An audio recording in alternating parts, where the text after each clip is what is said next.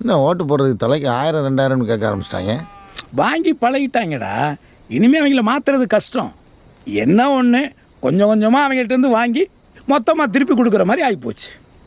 அரசியலை விட்டுட்டு ஆடு மாடு தாண்டா மேய்க்கணும். என்னத்த நீங்கள் எடுத்துகிட்டு வரீங்க? சொன்னால் நான் வந்து எடுத்துப்பேன்ல.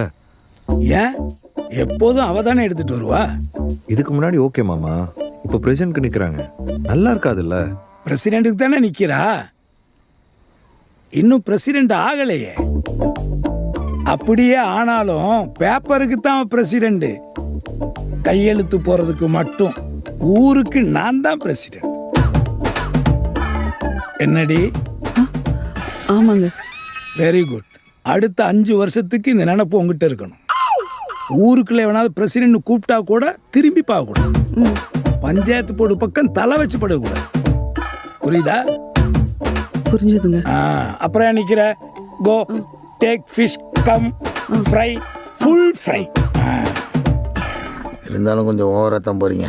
ஏய் கம்முன்னுறா. ஊருக்குள்ள ஒரு 4 பேர் இவளை பிரசிடெண்டாமான்னு கூப்பிட்டா இவ என்னமோ இந்தியாவுக்கே பிரசிடென்ட் ஆனது மாதிரி நம்மளை இலக்காரமாக பாப்பா. கொண்டாட்டிங்களா ஆரம்பத்தில் தட்டி வைக்கணும்டா, இல்லைன்னா அமைதிப்பட அமாவாசை மாதிரி மாறிடுவாளுங்க. என்ன மாப்பிள்ள? ஆவுன்னா தலையை வந்துரு குடி.